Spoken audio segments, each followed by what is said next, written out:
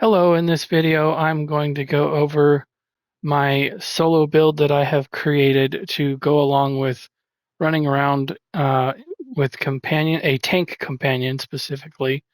So I'm calling this build the Mournhold Marauder. This is because this uses 3 base game skill lines. So this build can go on either a Nightblade, a Templar, or a Sorcerer. I do not have any class gear being used, so either one of those will work. It doesn't have to be a specific base class. Um, but let me start off with first the number one, in my opinion, best skill line for solo play is Storm Calling. I'll go over that in a little bit, but Storm Calling is by far superior to some of the other skill lines, in my opinion. It's got just about everything that you need for solo play. So there, let's start with that. So really good choice to start with this skill line. Aedric Spear gives a lot of passive uh, buffs along with a good AoE spammable, so that's why I choose this one. And then the Nightblade gives you some debuffs and buffs as well. So let's go in specifically on the skills. The front bar, I have Quick Cloak. This is there to give me major evasion for 30 seconds. Uh, it's a I use this one because it lasts longer. The other morph does more damage, but in a solo environment, I'm more interested in longer lasting skills and sustain being there. So that's why I choose Quick Cloak. It gets me a major buff, major evasion. The second skill here is Blazing Spear. This is proccing my front bar. Also with the Puncturing Sweep, it procs a couple of things. This one here being Minor Berserk and Minor Protection when you activate one of these skills. So because Puncturing Sweeps is the spammable on the build that also does healing in an AoE damage passive, or excuse me, spammable. Uh, this is a really good skill line. It also gives me 12% increased critical damage, and it increases my damage done to blocking players if I was going to go into a PvP area, which I don't on this build. This is not a PvP build. So minor berserk and minor protection pretty much up at all times because this is a spammable here that I'm using all the time. And then this one is kept up at 100% also. So then we have Burning Light that procs pretty much all the time as well. And then we have an increase of weapon damage, just active all times, doesn't have to slot anything. And so Assassination, I've got the back bar ultimate here, Soul Assault. And the reason why I picked this one is because while it is slotted on either bar, when I kill things, I get 10 ultimate. And that pairs really well with the Flawless Dawnbreaker on the front bar. I get ultimate as well, so both of those paired together make a really good ultimate builder. And then on the execute, I'm using Impale from the Nightblade, and then also Echoing Vigor is here to help heal my tank companion if and when he needs it. If we go into some seriously difficult stuff, it's always a good idea to have at least one heal that you can put on your companion to help them out. So keep that in mind if you're planning on doing that. I would suggest having at least one heal to help your companion out. So on the back bar, critical surge from Storm Calling and Hurricane also, and then we have elemental susceptibility and frost blockade, and then also Merciless Resolve, which gives me major prophecy and savagery on either bar, as well as a heal if I need to use it. And as I said, Soul Harvest is on my back bar ultimate. I'm going to take a second here to highlight Critical Surge. I did fight this world boss that I'm standing next to a little bit ago. Did about half the fight by myself until somebody else showed up. But this skill right here is extremely underrated. Um, the healing that you can get from this is absolutely amazing. On top of the fact that it's giving you major brutality and sorcery for 33 seconds. It is a very, very powerful skill. I'll show you my logs from that fight here in just a second, but that's just to go ahead and say that those are the skills there. I'll go into the gear here that I'm wearing. Let me just start by going into my wizard's wardrobe. I've got this build set up. I have a trash setup and I have a boss setup. So I'm going to go over my trash setup first. As you can see, the skills are listed there. I have a reinforced Mighty Chuden Guise. Let me just go ahead and equip that so that I can go through everything. So I'm wearing False Gods of Devotion on the front bar. As you can see, it's a Nirnhoned sword and a charged sword, so dual wield swords. I don't really need much more critical chance because I already have the Nightblade's passive going for me. So as you can see, I've got my resistance is up and I'm about 27,000 or so resistances with 6,500 penetration, which is good. I'm wearing the Lover Mundus, but this right here, False Gods, is a really, really good pairing to go with Storm Calling and the Hurricane skill because Hurricane gives you minor endurance while it's, or excuse me, minor expedition while it's up. And then if I kill anything ads wise, this will restore magicka and give me major expedition. So I can get about 45% movement speed while I'm killing stuff with this setup. And the reason why I have a Maelstrom Perfected Ice Staff on the back bar, this is kind of a tank technique, but if you lay down a Frost Blockade and then apply Elemental Susceptibility, these two work hand in hand by giving you major and minor breach. This will give you major breach by itself, but it also chills the enemy. And if you read the tooltip here on the very bottom, a chilled enemy that is standing in your blockade will also have minor breach applied to them. So with these two skills, you can get major and minor breach on your back bar along with major resolve and minor expedition and then major brutality and sorcery and then major prophecy and savagery. So this entire bar just about is giving you a major and minor buff of some kind. So then the front bar is giving you offense, basically. Not that there's no offense on the back bar, but you get the idea. We're trying to pack in the most buffs that we can while still being optimal. So to get back onto the gear, so I've got a Nirnhoned with physical damage and shock damage glyphs, Nirned physical and charged shock for the false gods swords, and then the infused weapon damage, Maelstrom's perfected ice staff, and that helps me get another 9,000 resistances stripped from the enemy. So that takes me up and around 16,000 penetration almost, which is almost at the pen cap. So really close.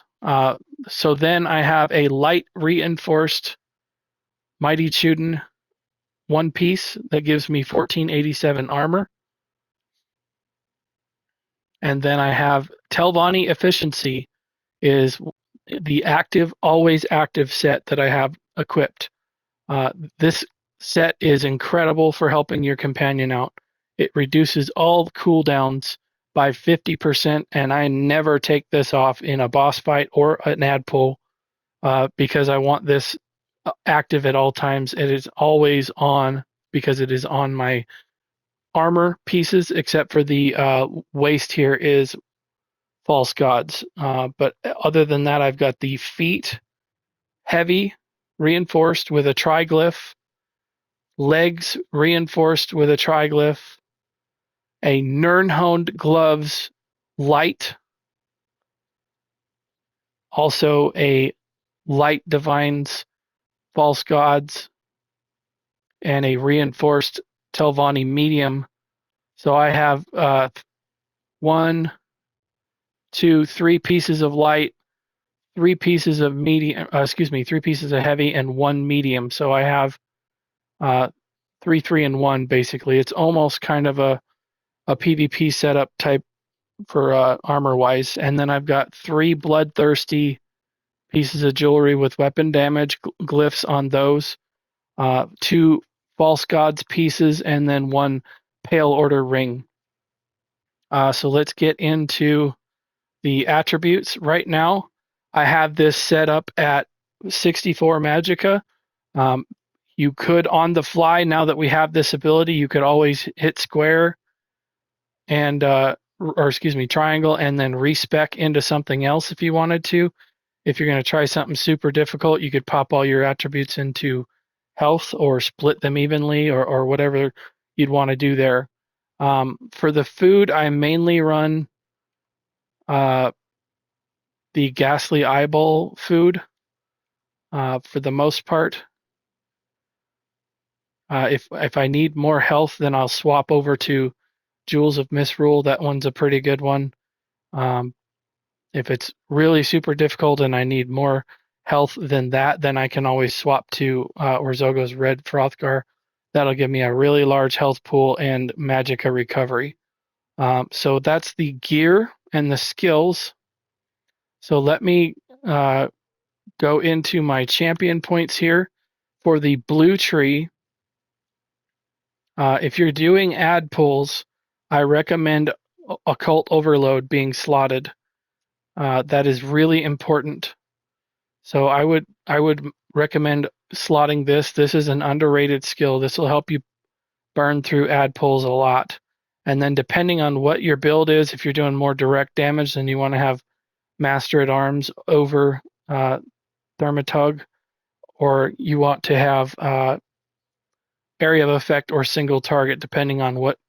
These two are usually either or, and then these two are usually either or. So you'll have to just figure out how your build is set up. I can show you the logs from the fight that I was doing. Let's just go into the damage done here. At the very bottom, you can look and see it'll tell you 67% of the build has direct damage, and then AoE is a little bit leaning towards AoE damage. Almost half and half, not quite, but that's so you definitely leaning towards direct damage here, and then maybe a little bit more AOE. So, for example, with that analysis, you'd want to swap your blue tree to be looking at this and this instead of deadly aim, because you're doing more damage with AOE. You want to have these two slotted because that's how much damage I was doing more damage with AoE even with deadly aim slotted. So keep that in mind. You want to lean into whatever you're doing more damage for. So the red tree, I have Boundless Vitality and Fortified slotted, and then if I kill anything, Siphoning Spells gives me Magicka back on top of the False Gods giving me Magicka back, and then I have Celerity for some more movement speed as well. So that's the CP tree for this. Let me pull up my other build, or my boss fight build. So I'll go into the Wizard's Wardrobe here, and I'll go down to the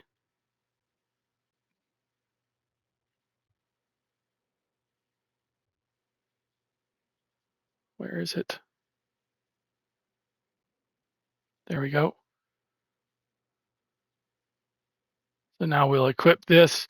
Now basically the only change that I've done on this for gear is instead of false gods of devotion, I have Null Arca slotted instead. And the reason why I do that is because in boss fights you typically don't kill a lot of stuff on during the fight. You do get ad pulls, but it's not enough to, in my opinion, to substantiate having false gods on. So I switch over to this to do more damage with the Null Arca set, but I still keep the Telvanni efficiency set on. I just put my trials set up in the same spot every time so that I don't have to swap that gear out. So basically, the same bloodthirsty weapon damage, Null Arca, with the waste of Null Arca, Nirnhoned, and then I have front bar daggers. Again, this is double charged, one flame and one poison on this setup. You can change that if you want to other glyphs, but that's how I have mine set up. So if you're not familiar with how to run the Wizard's Wardrobe, I have quite a few different videos on that. I will post the link to my add-ons playlist so that you can locate those videos. I show step by step how to set them up, how to run the Wizard's Wardrobe, but you can set it up for dungeons right here, which is substitute setups, is just dungeons. And they also have a category for endless dungeons. This is infinite archive, essentially. So when you see endless dungeon like that, that's infinite archive. And then the other one is in the miscellaneous category. And you can do substitute setups, and then this will activate when you go into dungeons. So it's either miscellaneous or the endless dungeon category.